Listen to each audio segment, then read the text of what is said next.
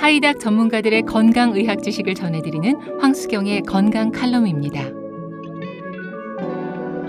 눈곱으로 알 수 있는 건강 상태에 대한 안과 전문의 류선영 원장의 칼럼입니다.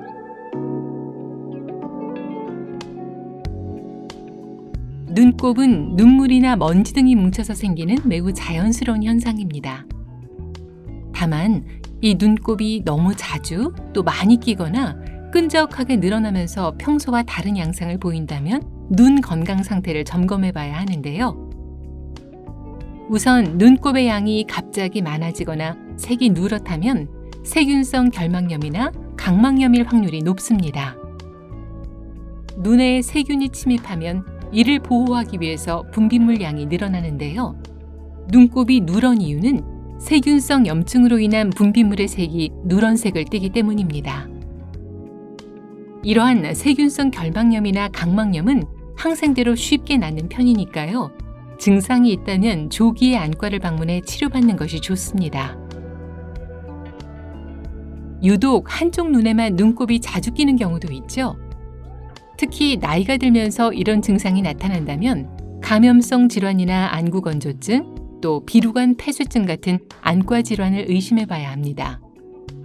이와 더불어서 대상포진으로 인한 결막염 역시 한쪽 눈에만 눈곱이 많아지고 눈꺼풀이 심하게 붓는 양상이 나타나는데요. 문제는 눈에 발생한 대상포진의 경우 피부와 달리 통증이 심하지 않아서 모르고 방치하는 경우가 종종 있다는 사실입니다. 대상포진 결막염을 초기에 치료하지 않으면 각막이 혼탁해지거나 시신경이 손상돼서 시력이 떨어질 수 있고요. 녹내장이 생길 수도 있기 때문에 방치해서는 안 됩니다. 통증이 심하지 않더라도 눈 한쪽에만 눈곱이 심하고 불편감이 있다면 최대한 빠르게 진료받으시길 권해드립니다. 이 밖에도 눈곱이 투명하거나 끈적하게 늘어진다면 안구건조증과 알레르기성 결막염, 그리고 안검염을 의심해 봐야 하고요. 눈곱이 눈물처럼 맑게 흐른다면 바이러스성 결막염인지 점검해 봐야 합니다. 눈곱이 빡빡하게 꼈을 때 억지로 떼어내는 분들도 있는데요. 안질환 증상일 수도 있기 때문에 가급적 부드럽게 제거해 주셔야 합니다. 셋으로 자연스럽게 제거하시는 것이 가장 좋고요. 면봉이나 휴지에 물을 묻혀 닦아내는 것도 방법입니다. 또한 눈을 비비는 행동은 삼가야 합니다. 다른 바이러스의 추가 감염 가능성이 커질 뿐만 아니라 각막이 얇아지거나 망막신경이 떨어져 나오는 등의 합병증을 일으킬 수 있기 때문입니다. 지금까지 칼럼의 류선영 원장, 내레이션의 황수경이었습니다.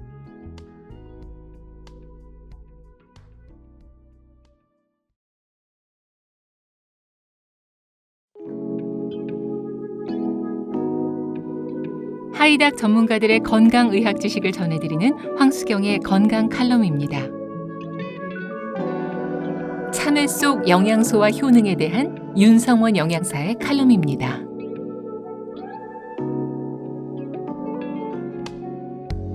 노란 빛깔의 아삭한 식감, 더운 날이면 시원달콤한 참외를 찾는 분들 많으실 겁니다.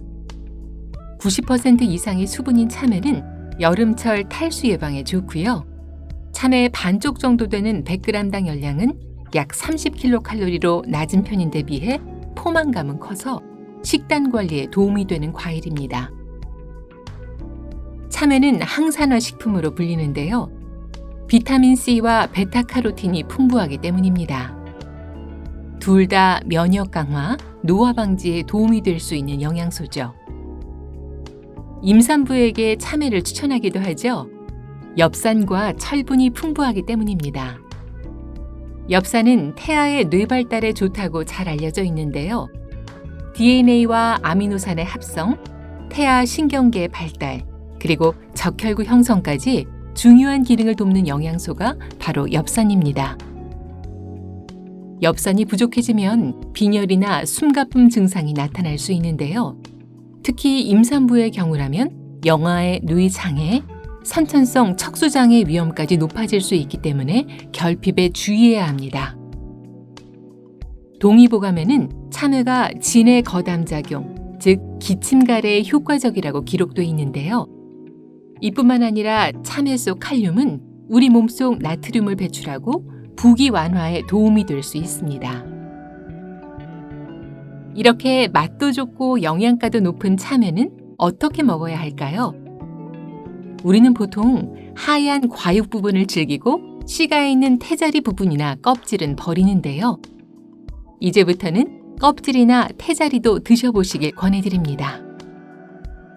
항산화 성분인 페놀과 플라보노이드는 껍질에 가장 많고요. 그 다음이 씨가 붙어있는 태자리, 가장 낮은 부분이 과육이기 때문이죠. 참고로 참외 속 비타민C는 껍질 부분보다는 씨가 있는 쪽에 더 많은데요. 항산화 기능으로 보면 비타민C보다는 껍질에 풍부한 페놀과 플라보노이드가 더 효과적입니다. 좋은 참외 고르는 법도 알려드려야겠죠? 참외는 타원형 모양으로 단단해야 하고요. 껍질이 전체적으로 선명하고 진한 노란색을 띠는 것이 좋습니다. 또 골이 깊고 골을 만졌을 때 잔가시가 느껴지면서 까슬까슬한 느낌이 나는지 확인해 보시고요. 약간 작은 참외가 단맛이 더 좋은 편입니다. 참외를 사뒀다가 보관 중에 물러버리거나 상해서 못 먹는 경우도 있는데요. 구입 후 3일 정도는 통풍이 잘 되는 서늘한 곳에 보관하시고요. 깨끗한 물로 씻은 뒤에 신문지에 감싸서 비닐봉지에 넣으면 약 일주일 정도 냉장고에 보관할 수 있습니다. 참외는 온도가 낮을수록 단맛이 강해지니까요. 5도 정도로 냉장 보관하시는 것이 좋겠습니다. 지금까지 칼럼의 윤성원 영양사, 내레이션의 황수경이었습니다.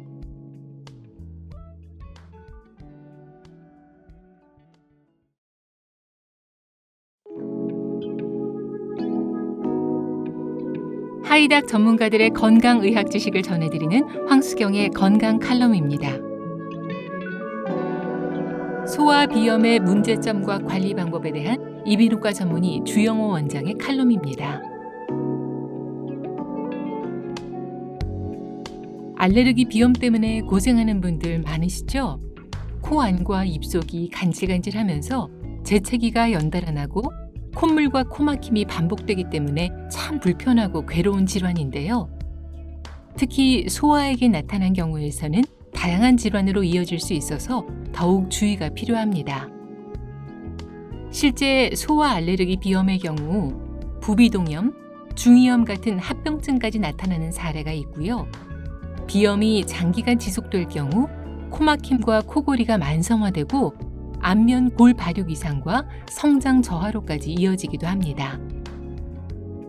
최근 연구에 따르면 알레르기 비염이 집중력과 학습 능력, 인지기능 감퇴를 일으키고요. 의사결정에 더 오랜 시간이 걸리게 하는 것으로 밝혀졌는데요. 뿐만 아니라 알레르기 행진, 즉 아토피 피부염, 천식, 알레르기 비염으로 병이 연이어 진행되는 양상이 나타나기도 합니다. 이렇게 소아의 알레르기 비염은 다양한 문제를 일으키는데요. 표현이 서투른 아이들은 의심 증상을 놓치기가 쉽기 때문에 평소에 이러한 부분들을 세심히 살펴줘야 합니다. 코막힘이나 코를 자주 문지르는 행동, 재채기와 가려움, 다크서클 등이 나타나는지 살펴주시고요. 특히 부모 중에 알레르기 질환이 있거나 유아기에 음식 알레르기가 심했던 아이들은 알레르기 비염이 나타날 위험이 높기 때문에 더 주의해서 살펴봐야 합니다. 소아 알레르기 비염을 진단받았다면 진먼지나 꽃가루, 또 온도나 습도의 변화, 담배 연기, 대기오염 같은 항원을 멀리하는 회피요법을 진행할 수 있고요. 가장 많이 하는 치료는 항히스타민제, 비점막 수축제 등과 같은 약물 치료입니다. 만약 이러한 치료에도 호전이 잘 되지 않으면 수술을 시도할 수도 있습니다. 최근 떠오르는 치료법은 면역 치료인데요. 알레르기를 유발하는 특정 항원에 대한 과민성을 약화시키는 데 중점을 두고 있습니다.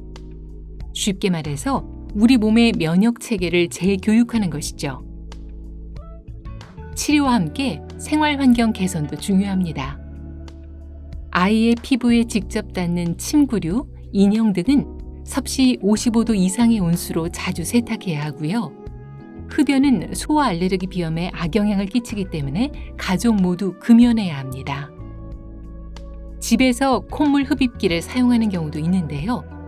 코감기와 같이 찐득한 콧물이 있을 때에는 이러한 콧물 흡입기 사용이 도움이 될 수 있지만요. 알레르기 비염처럼 흐르는 콧물이 많고 재채기가 심한 경우에서는 흡입기가 오히려 점막에 자극을 줄 수 있고 코피가 나기도 하니까요. 주의해서 사용하시기 바랍니다. 지금까지 칼럼의 주영호 원장, 내레이션의 황수경이었습니다.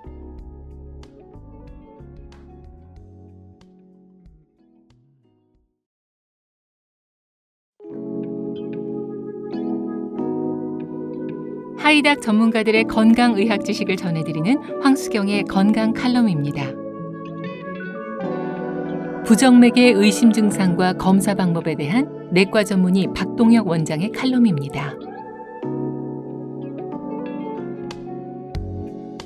부정맥이란 맥박이 비정상적인 상태를 뜻합니다. 심장은 보통 1분에 50번에서 100번 정도 규칙적으로 뛰는데요.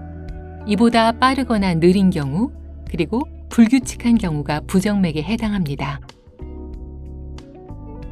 부정맥의 양상은 다양한데요. 가장 흔한 것은 조기 심장 박동입니다. 가슴이 쿵 하거나 심장이 건너뛰는 느낌이 드는 것이 특징이고요. 심할 때에는 어지럼증이나 흉통, 실신까지 나타날 수 있습니다. 부정맥 종류 중 또 하나는 심실성 빈맥인데요. 심실에서 맥이 빠르게 뛰는 이 증상은 돌연사로 이어질 수도 있기 때문에 발생했다면 5분 이내에 즉시 심폐소생술을 해줘야 합니다. 이렇게 우리 건강을 위협하는 부정맥은 왜 생기는 걸까요? 부정맥의 원인은 다양합니다.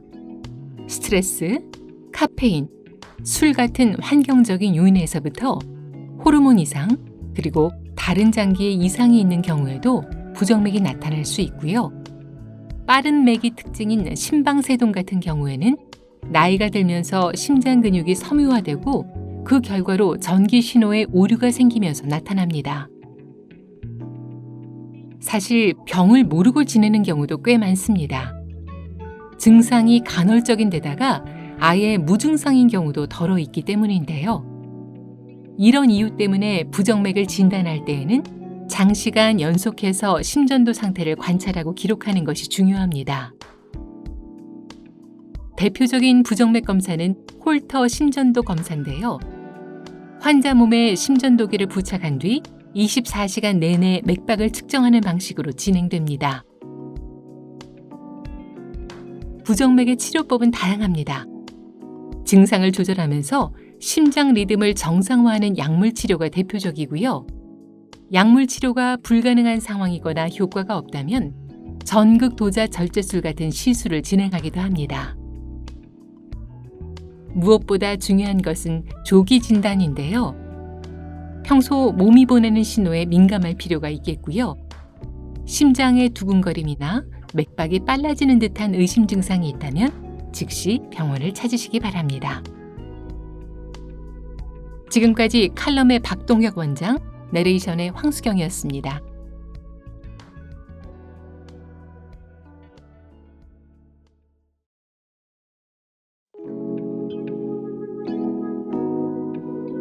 하이닥 전문가들의 건강의학 지식을 전해드리는 황수경의 건강 칼럼입니다. 이명의 특징과 치료법에 대한 이비인후과 전문의들의 칼럼입니다.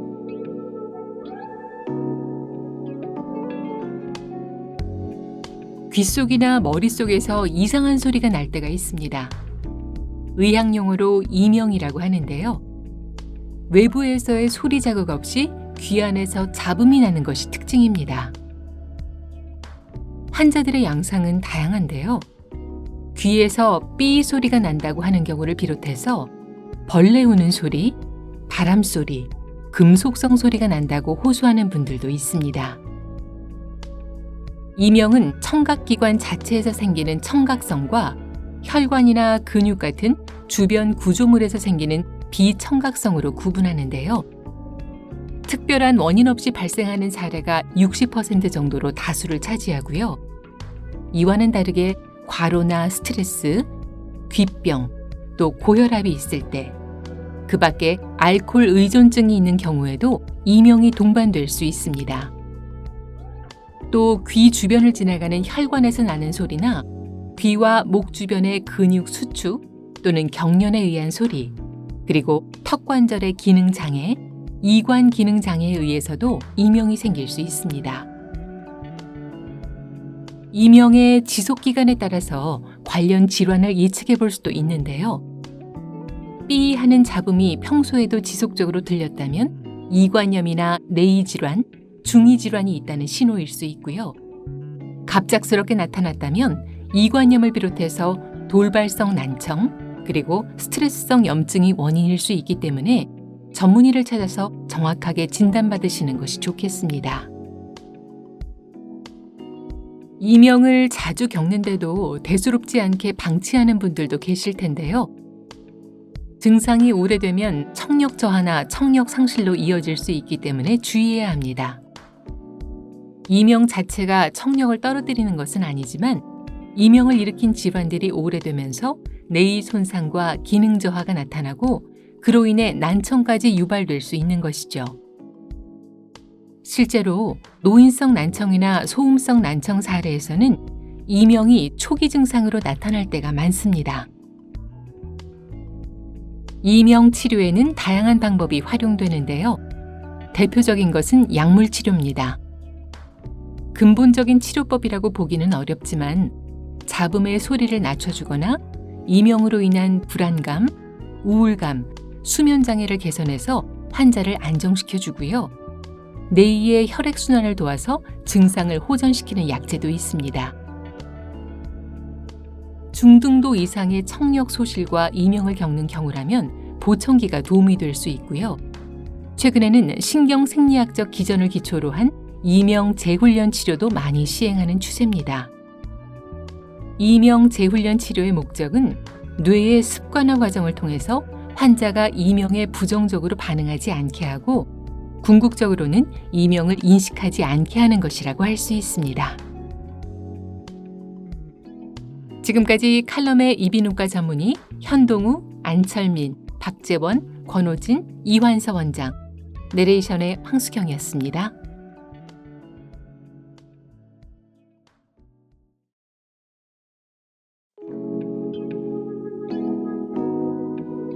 하이닥 전문가들의 건강의학 지식을 전해드리는 황수경의 건강 칼럼입니다. 소아 설사 대처법에 대한 소아 청소년과 전문의 김혜나 원장의 칼럼입니다. 아이가 장염에 자주 걸려서 걱정하시는 부모님들이 많은데요. 배탈에 설사까지 겹쳐서 기운이 없는 아이를 보면 뭘 먹여야 할지 아니면 아예 안 먹이는 것이 좋을지 고민하게 되죠. 혹시 위장에 자극이 되지 않을까 걱정하는 마음은 이해되지만요. 아이가 설사를 한다고 해서 미음만 먹일 필요는 없습니다. 이렇게 미음만 먹는 것은 영양 불균형을 초래해서 오히려 건강에 해가 될 수 있습니다. 아이가 평소에 잘 먹고 좋아하던 음식 중에서 부드러운 것을 골라 조금씩 자주 먹이는 것이 장염과 설사 증상 회복에 도움이 되고요. 물도 평소 마시던 물을 주시는 것이 좋습니다. 설사를 할 때에는 왠지 끓인 물을 먹여야 한다는 생각에 차를 우려주는 부모님들도 계신데요. 모든 차가 식수가 될 수 없다는 사실을 알아야 합니다. 아이에게 식수로 줄 수 있는 차는 보리차와 옥수수차 2가지 정도고요. 평소 자주 즐기는 녹차나 둥글레 차에는 카페인이 소량 들어있어서 탈수를 일으킬 수 있기 때문에 주의해야 합니다. 아이가 원래 마시던 것이라면 생수도 괜찮고요. 평소 마시는 양보다 1.5배 정도 충분히 먹여주시는 것이 소아 설사 증상 개선에 도움이 됩니다. 아이가 설사를 할 때 피해야 할 음식은 수분과 당분이 많은 과일들입니다. 수박, 포도, 파인애플이 대표적이고요. 특히 과일 주스는 삼투성 설사를 일으킬 수 있기 때문에 가급적 먹이지 않는 것이 좋습니다. 치킨이나 피자, 탕수육처럼 기름지거나 자극적인 음식, 그리고 유제품, 특히 생우유는 설사 증상을 더욱 악화시킬 수 있으니까요. 설사가 멎을 때까지는 섭취하지 않는 것이 좋습니다. 이렇게 식습관을 조절해주면서 아이의 상태와 증상 변화를 잘 살펴야 하는데요. 대변에 혈액이 섞여 있거나 소변량이 감소하는 경우, 또 발열과 복통을 동반한 채로 하루 5회 이상 극심한 물설사를 하는 경우라면 방치하지 말고 곧바로 병원을 찾으시기 바랍니다. 지금까지 칼럼의 김혜나 원장, 내레이션의 황수경이었습니다.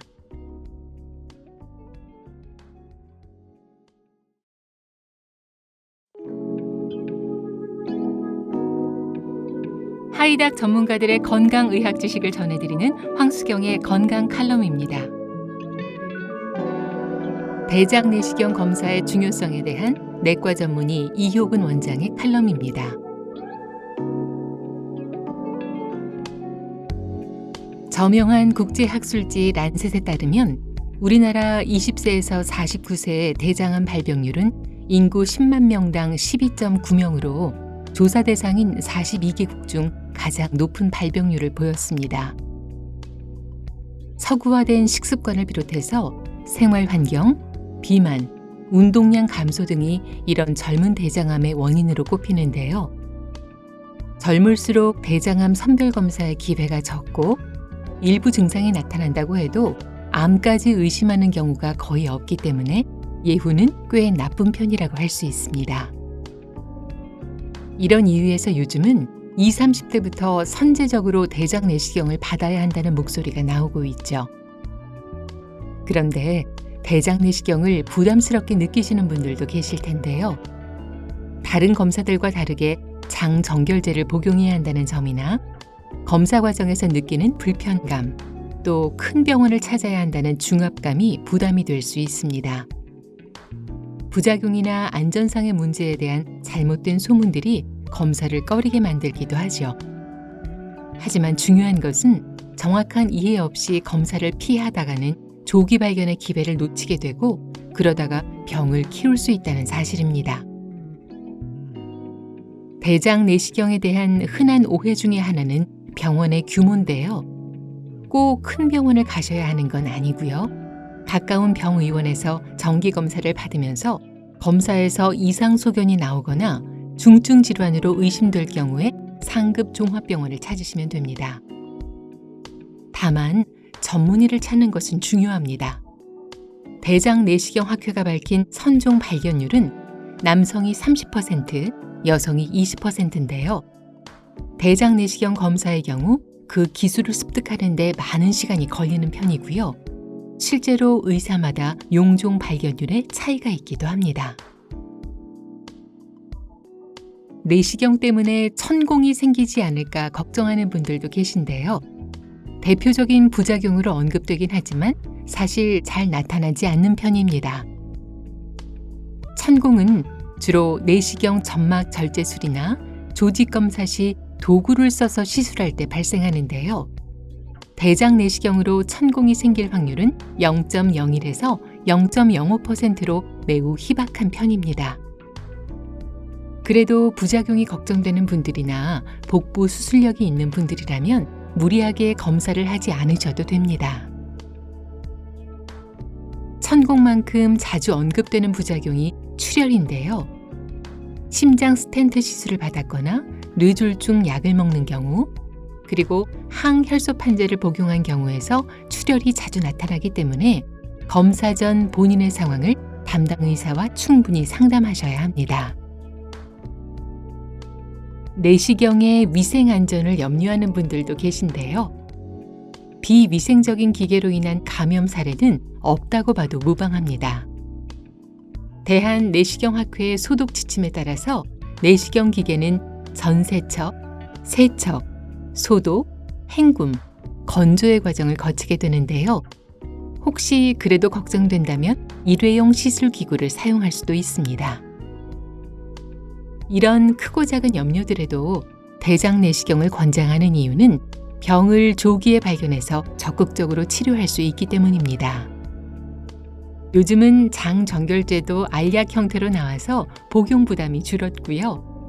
내시경 검사로 대장암의 씨앗인 선종을 발견하고 제거할 수 있을 뿐만 아니라 장결핵, 크론병, 염증성 장질환도 관리할 수 있으니까요. 적극적으로 검사를 받으시길 권해드립니다.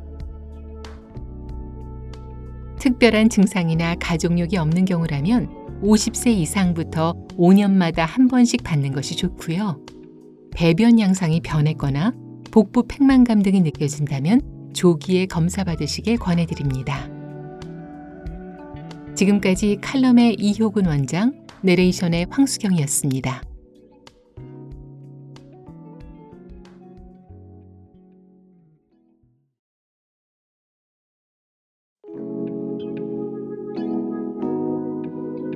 하이닥 전문가들의 건강의학 지식을 전해드리는 황수경의 건강 칼럼입니다. 손목 터널 증후군의 원인과 증상에 대한 정형외과 전문의 이주엽 원장의 칼럼입니다. 장거리 운전을 했을 때 또 컴퓨터 마우스를 오래 사용한 뒤에 손목이 지끈거렸던 경험 한 번쯤 있으실 텐데요. 무리에서 나타난 일시적인 통증이라면 휴식으로 회복될 수 있지만요. 만약에 증상이 지속되거나 절인 증상이 동반된다면 손목 터널 증후군을 의심해 봐야 합니다. 손목 터널 증후군은 수근관 증후군이라고도 하는데요. 수근관이란 9개의 힘줄과 1개의 신경이 지나가는 작은 통로를 말합니다. 이 수근관이 다양한 원인으로 좁아지면 그 안에 있던 정중신경이 압박되고요. 손바닥과 손가락에 통증과 저림 증상이 나타나게 됩니다. 손목 터널 증후군은 다양한 증상을 동반하는데요. 저림과 통증을 비롯해서 손의 감각이 무뎌지는 증상이 대표적이고요. 손의 힘이 약해지고 아침에는 손이 굳거나 경련이 나타나는 증상이 손목 터널 증후군의 신호라고 할 수 있습니다. 특히 밤에 통증이 심해지는 것이 특징이죠. 손목 터널 증후군을 진단받았다면 초기부터 잘 대응해야 하는데요. 약물 치료나 주사 치료 같은 보존적 치료만으로도 증상이 개선될 수 있고요. 심하지 않은 경우 보조기로 손목을 고정해서 호전되기도 합니다. 안타까운 점은 이러한 손목 통증과 무뎌짐 증상을 방치하는 사례가 많다는 것입니다. 터널 증후군이 심해지면 손목 통증이 악화되는 것은 물론이고요. 근육이 약해지면서 손의 힘도 약해지고 손가락에 마비 증세까지도 나타날 수 있습니다. 이렇게 증상이 심화돼서 비수술 치료 시기를 놓친 경우 불가피하게 수술적 치료를 진행해야 할 수도 있죠. 평소 손목을 자주 사용한다면 손목 근육을 강화하는 운동을 꾸준히 하는 것이 좋겠고요. 손목을 사용하는 틈틈이 스트레칭으로 손목을 쉬게 해주는 것도 중요합니다. 또 체중이 과다할 경우에도 손목에 무리가 될 수 있으니 규칙적인 운동과 식습관 개선을 통해서 적정 체중을 유지하시기 바랍니다. 지금까지 칼럼의 이주엽 원장, 내레이션의 황수경이었습니다.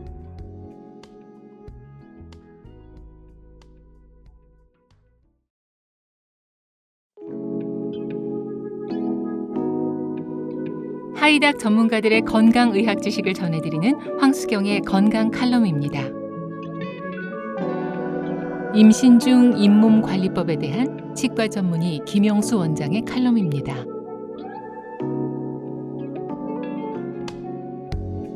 임신 중에 두드러지는 증상 중에 하나는 호르몬 변화입니다. 대표적인 사례는 태아가 자라는 데 필요한 인간 육모 생식샘 자극 호르몬, 일명 HCG 호르몬이 생성되는 것이고요. 자궁을 진정시키고 유산을 방지하는 프로게스테론도 점차 증가합니다. 이 밖에도 에스트로겐, 옥시토신, 인슐린 같은 산모와 태아의 건강을 지키기 위한 호르몬들의 농도가 변하기도 하죠. 이렇게 호르몬의 수치가 달라지면서 우리 몸 곳곳에서도 평소와 다른 증세가 나타나곤 하는데요. 잇몸도 마찬가지입니다. 프로게스테론과 에스트로겐의 수치가 높아지면 잇몸이 쉽게 붓고 출혈이 발생하는 임신성 잇몸염이 생길 수 있고요. 그 결과로 잇몸이 세균 감염에 취약해지고 염증과 부종이 나타나면서 구강 건강 전반에 문제가 생기기도 합니다. 기억해야 하는 것은 임신 중 발생한 치주 질환이 태아에게까지 영향을 준다는 점입니다. 구강염증이 산모와 태아의 전신적인 염증으로 확산되는 사례가 대표적인데요. 이렇게 되면 조산 위험이 높아질 수 있고요. 저체중아 출산에 영향을 끼칠 수도 있습니다. 이러한 문제를 최소화하려면 규칙적인 양치로 구강 내 박테리아와 음식물을 꼼꼼히 제거해야 하고요. 담배와 스트레스를 멀리하는 것도 중요합니다. 둘 다 염증 위험을 높이는 요인으로 잇몸 건강에 악영향을 끼칠 수 있기 때문이죠. 무엇보다 중요한 것은 임신 전 또는 임신 초기에 치과 검진을 받는 것입니다. 치아와 잇몸의 상태를 꼼꼼히 확인하시고요. 필요하다면 적절한 치료를 받아서 잇몸 질환으로 인한 2차적인 문제를 예방하시기 바랍니다. 지금까지 칼럼의 김영수 원장, 내레이션의 황수경이었습니다.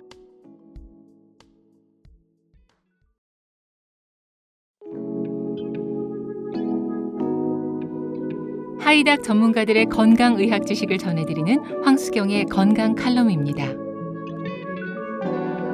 디톡스 다이어트와 간 건강에 대한 양명석 약사의 칼럼입니다.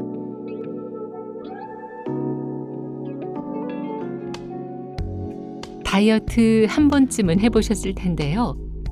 체중 감량의 핵심은 역시 식단입니다. 예전에는 무작정 굶으면서 살을 뺐다면 요즘은 다이어트의 방법도 참 다양해졌습니다.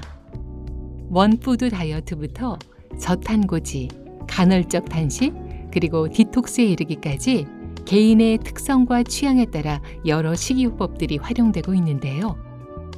물론 선택지가 많아졌다고 해서 목표에 더 쉽게 도달할 수 있는 것은 아닙니다.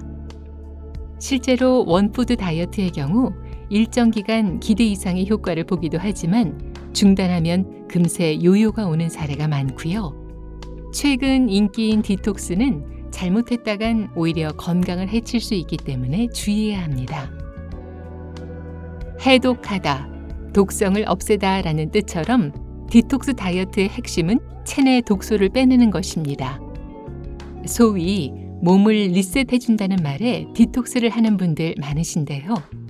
오래 하기보다는 3일에서 5일 정도 짧게 하길 권해드립니다.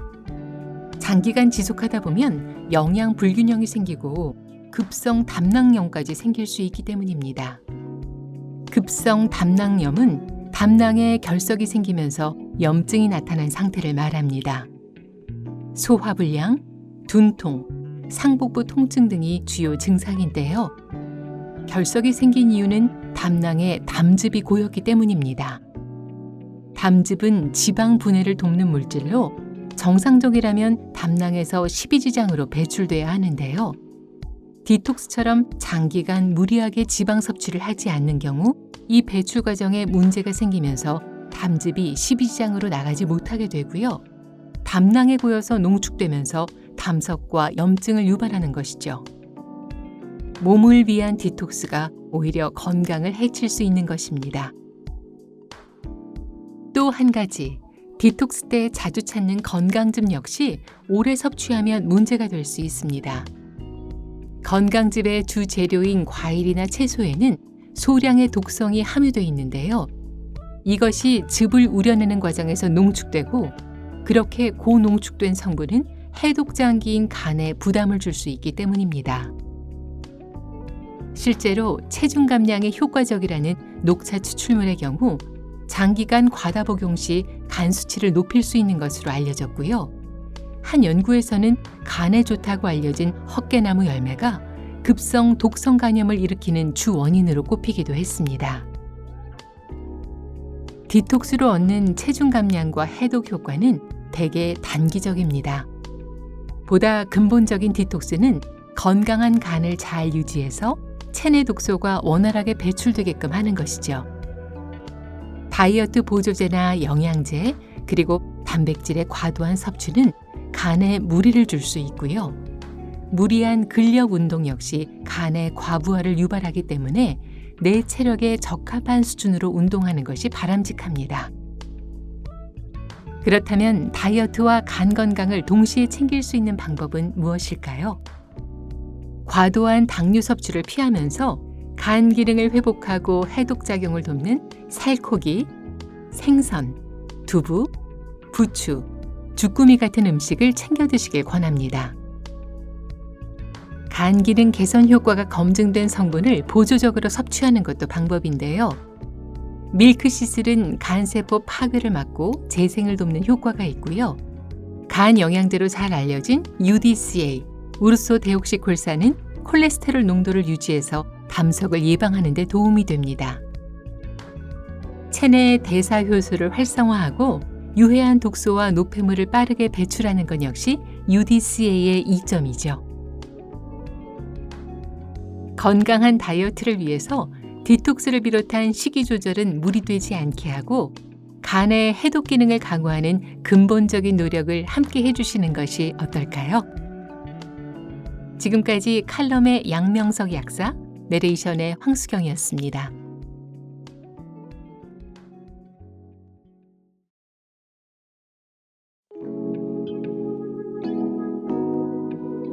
하이닥 전문가들의 건강의학 지식을 전해드리는 황수경의 건강 칼럼입니다. 임플란트 수술 후 부작용에 대한 치과 전문의 안상훈 원장의 칼럼입니다.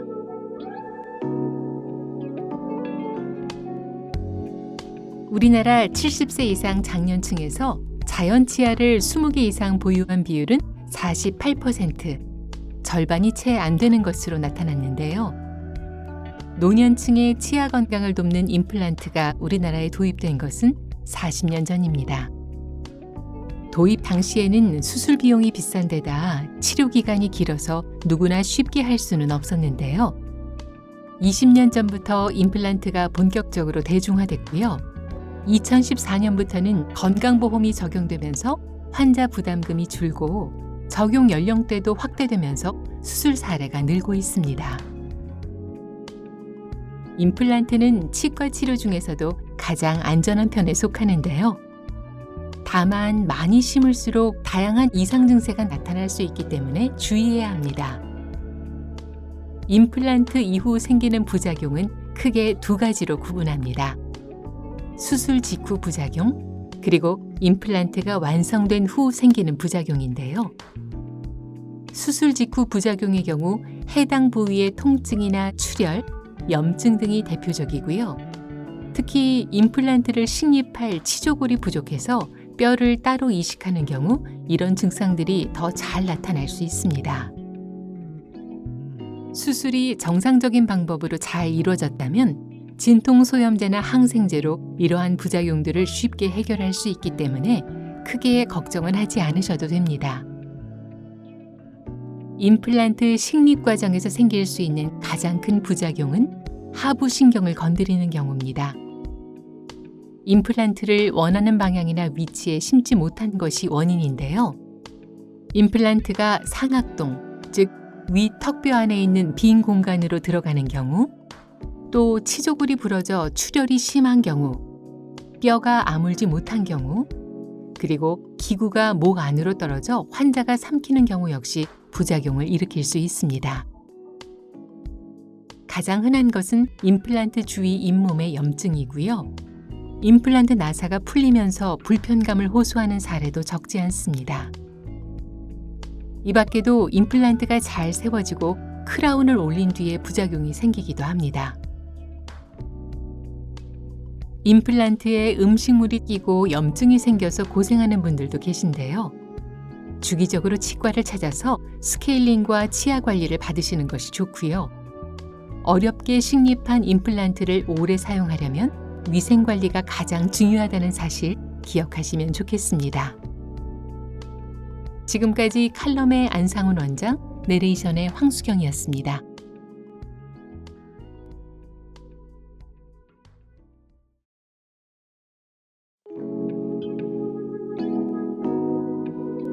하이닥 전문가들의 건강의학 지식을 전해드리는 황수경의 건강 칼럼입니다. 골프와 등산 중에 생길 수 있는 부상과 그 예방법에 대한 정형외과 전문의 박기설 원장의 칼럼입니다. 바깥 활동하기 참 좋은 계절이죠. 높은 가을 하늘만 보고 있어도 스트레스가 풀리는데요. 이맘때 가장 인기 있는 취미 활동 중에 하나가 등산 그리고 골프입니다. 중장년층을 비롯해서 최근에는 젊은 층에서도 즐기는 분들이 많은데요. 한 가지 주의할 점은 바로 부상입니다. 실제로 골프를 치고 나서 허리 통증을 겪는 일들이 종종 있는데요. 골프 스윙을 할 때는 같은 방향으로 같은 자세를 유지하면서 척추 회전 운동을 반복하게 되는데요. 이렇게 집중적이고 지속적인 부담이 가해지다 보면 척추 근육과 인대, 관절이 손상될 수 있고요. 허리 통증이 나타날 수 있습니다. 허리 아플 때 가장 먼저 하는 것이 찜질이죠. 부상 상태에 따라 냉찜질과 온찜질을 구분하셔야 하는데요. 급성기에 해당하는 통증 1, 2일 차에는 냉찜질로 염증 반응을 줄여주시고요. 어느 정도 통증이 잦아들면 온찜질을 해주는 것이 좋습니다. 요추 보호대를 활용할 수도 있는데요. 오래 쓰다 보면 척추 근육이 약해질 수도 있기 때문에 48시간 이내로 착용하시길 권해드립니다. 또 안정을 취할 때에는 베개 위로 다리를 올린 다음 똑바로 누워서 허리로 가는 부담을 줄여주시는 것이 좋습니다.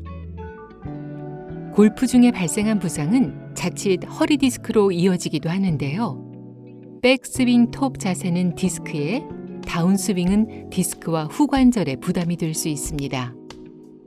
디스크의 경우 약물 치료와 신경주사로 염증을 줄여주는 치료가 기본인데요. 상당수는 이러한 보존적인 치료를 통해서 호전되는 편입니다.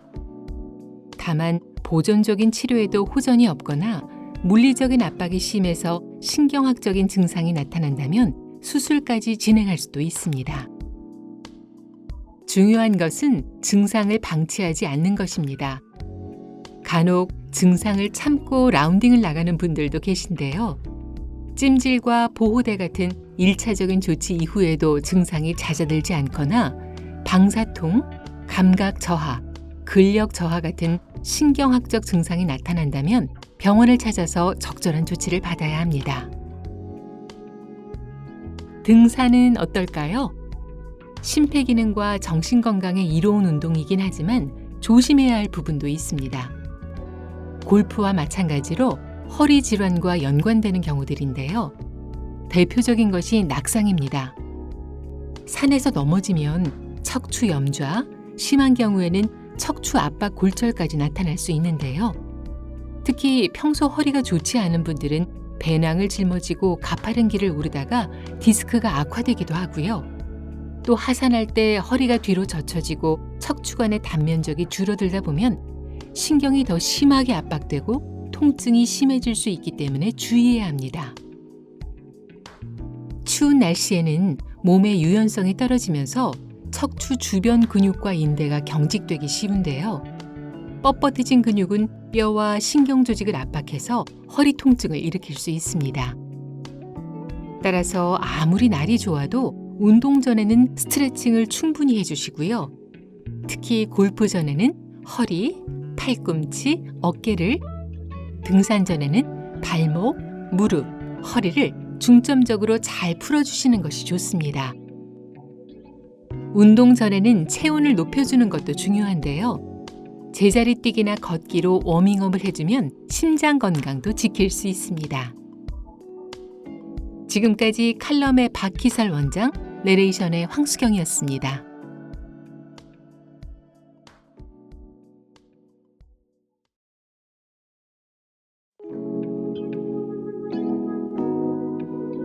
하이닥 전문가들의 건강의학 지식을 전해드리는 황수경의 건강 칼럼입니다. 감기를 이겨내는 면역력에 대한 한의사 서효석 원장의 칼럼입니다.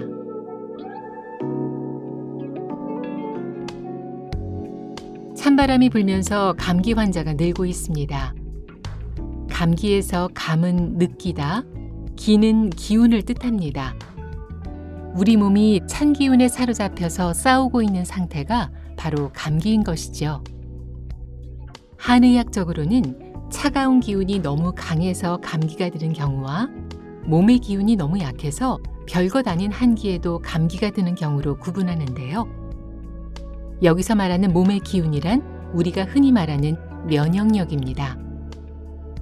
면역은 세균이나 바이러스 같은 유해 물질에 대응하는 몸의 방어 체계인데요. 이 면역력에 영향을 끼치는 것이 피로와 스트레스입니다. 생활에서 쌓인 스트레스와 피로감이 림프구의 활동을 저하시켜서 병에 노출되는 환경을 만드는 것이죠. 사람마다 면역력이 차이나는 이유도 각자 받는 피로와 스트레스 정도가 다르기 때문입니다. 또 하나 면역에 영향을 주는 것이 바로 먹는 것인데요. 패스트푸드를 비롯해서 색소와 방부제 같은 화학 첨가물이 들어간 음식들은 면역력을 떨어뜨리는 요인이 되고요. 약물로 복용하는 스테로이드제 역시 우리 몸속의 항원, 항체 반응을 억제하는 원리이기 때문에 장기간 사용하면 면역력이 약해질 수 있습니다. 날이 추워지면서 많은 분들이 몸에 좋은 먹거리를 찾기도 하는데요. 칡과 유자, 무, 잣, 호두 등이 대표적인 감기 예방식품입니다. 칡은 땀을 흘리게 해서 열을 내리는 효과가 있고요. 감기의 초기 증상인 두통이나 어깨, 목덜미가 뻐근한 증상을 완화해 주기도 합니다. 유자는 비타민이 풍부한 과일이죠. 덕분에 감기 예방에 좋을 뿐만 아니라 식욕을 촉진하기도 하는데요. 본초 강목에 따르면 유자는 답답한 기운을 가시게 하고 정신이 맑아지게 하는 효과가 있고요. 몸이 가벼워지고 수명이 길어진다고도 기록돼 있습니다. 무는 어떨까요? 항산화 물질인 비타민C와 베타카로틴이 풍부해서 면역력을 높여줄 수 있고요. 고소한 잣은 마른 기침에 효과적이고 호두는 오한이 동반된 감기일 때 먹으면 좋습니다. 감기를 예방한다고 민간요법을 쓰는 분들도 계시죠? 대표적인 사례가 소주에 고춧가루를 타서 마시는 것인데요. 소주의 더운 기운과 고춧가루의 매운 기운이 열을 발산해서 찬 기운을 떨쳐낸다는 것은 일리가 있어 보이기도 하지만요. 땀이 나면서 체온이 낮아지는 효과는 아주 일시적이고요. 오히려 컨디션을 떨어뜨려서 감기를 악화시킬 수 있습니다. 자칫하면 위장병이 생길 위험도 있죠. 또 한 가지 많이 하시는 것이 사우나일 겁니다. 찜질방에서 땀을 쭉 빼고 나면 감기가 나아지는 느낌이 들곤 하는데요. 땀구멍이 활짝 열린 상태로 밖에 나오면 그 틈으로 찬 기운이 들어가서 감기가 더 악화될 수 있다는 사실 알아두셔야겠습니다. 사실 평소에 손만 자주 깨끗하게 씻어줘도 감기를 예방할 수 있습니다. 앞서 말씀드린 효과가 검증된 음식들을 잘 챙겨 드시고요. 운동도 꾸준히 해서 몸의 기운을 높여주시길 당부드립니다. 지금까지 칼럼의 서효석 원장, 내레이션의 황수경이었습니다.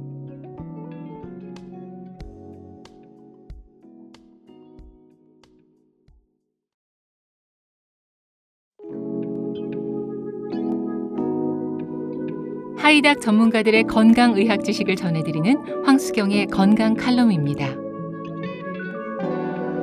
자외선이 눈 건강에 미치는 영향에 대한 안과 전문의 김민정 원장의 칼럼입니다.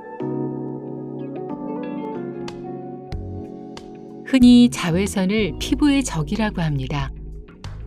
피부 노화와 기미, 나아가 피부암의 원인이 될 수 있기 때문인데요. 사실 피부보다 자외선에 훨씬 민감한 기관이 있습니다. 바로 눈입니다. 자외선은 눈의 가장 바깥에 위치한 각막에서부터 안쪽의 수정체 그리고 망막에까지 도달합니다. 문제는 이 자외선에 과도하게 노출되면 통증이 생기고 안질환이 발생할 수도 있다는 점입니다. 대표적인 사례가 백내장인데요. 수정체에 자외선이 닿으면 활성산소가 생기는데 그것이 수정체의 변형을 불러와 백내장을 일으키는 것입니다.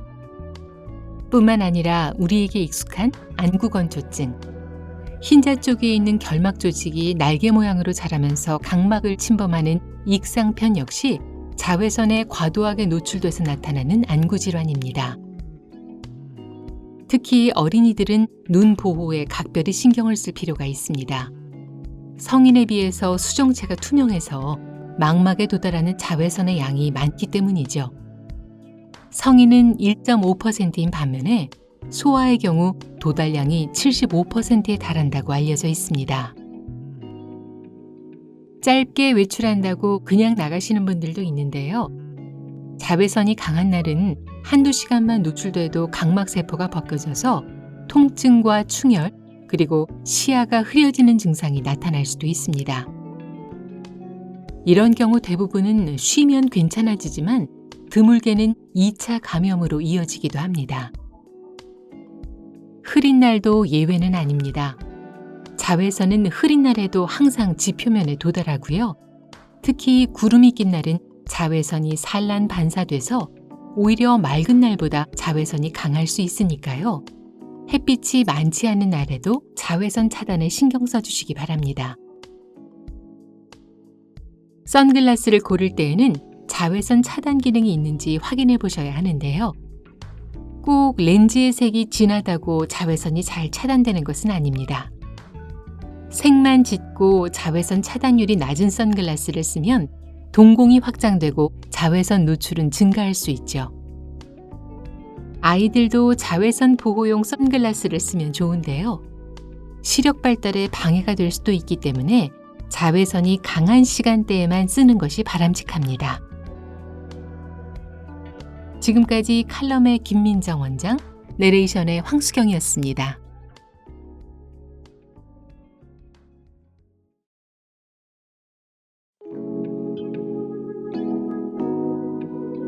하이닥 전문가들의 건강의학 지식을 전해드리는 황수경의 건강 칼럼입니다. 뇌의 피로를 개선하는 방법에 대한 이건중 약사의 칼럼입니다.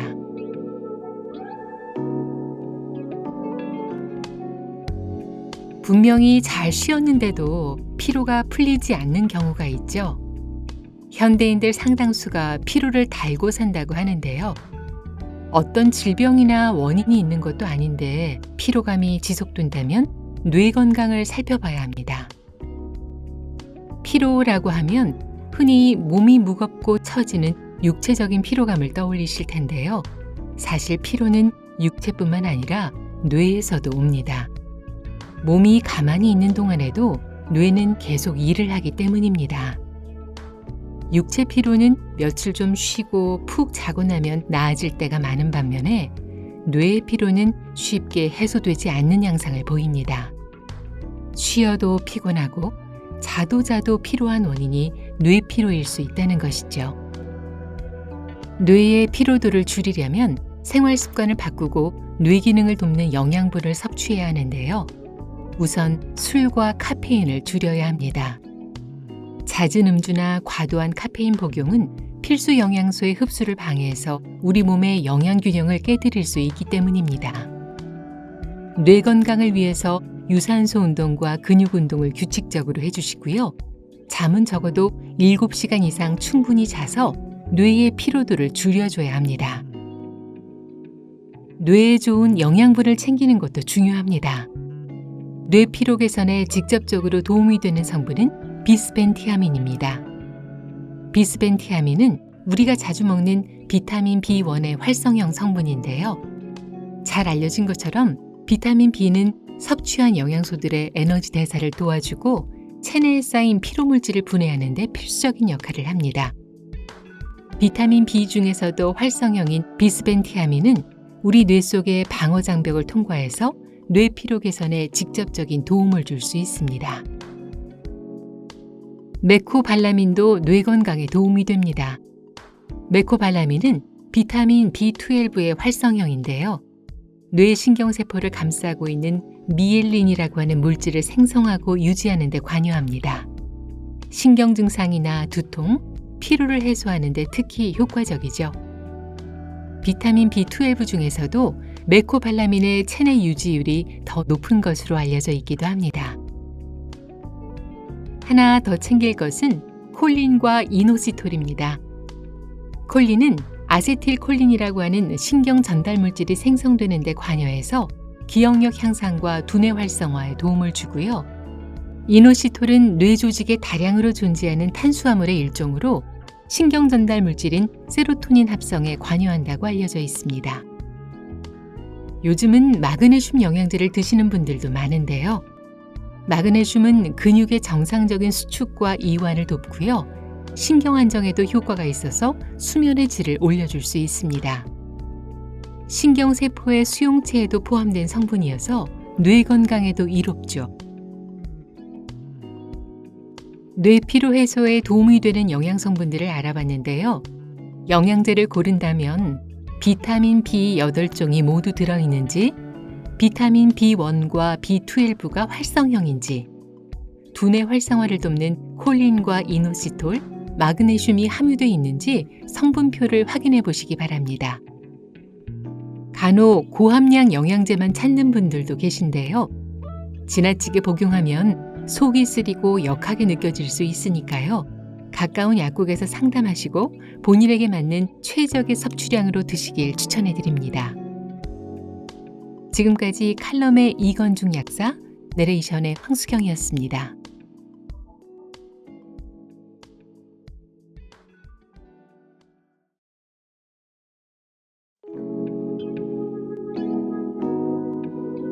하이닥 전문가들의 건강의학 지식을 전해드리는 황수경의 건강 칼럼입니다. 소아비만의 예방과 관리법에 대한 내과 전문의 송영주 원장의 칼럼입니다. 비만이란 몸 안에 지방이 과다하게 축적된 상태를 말합니다.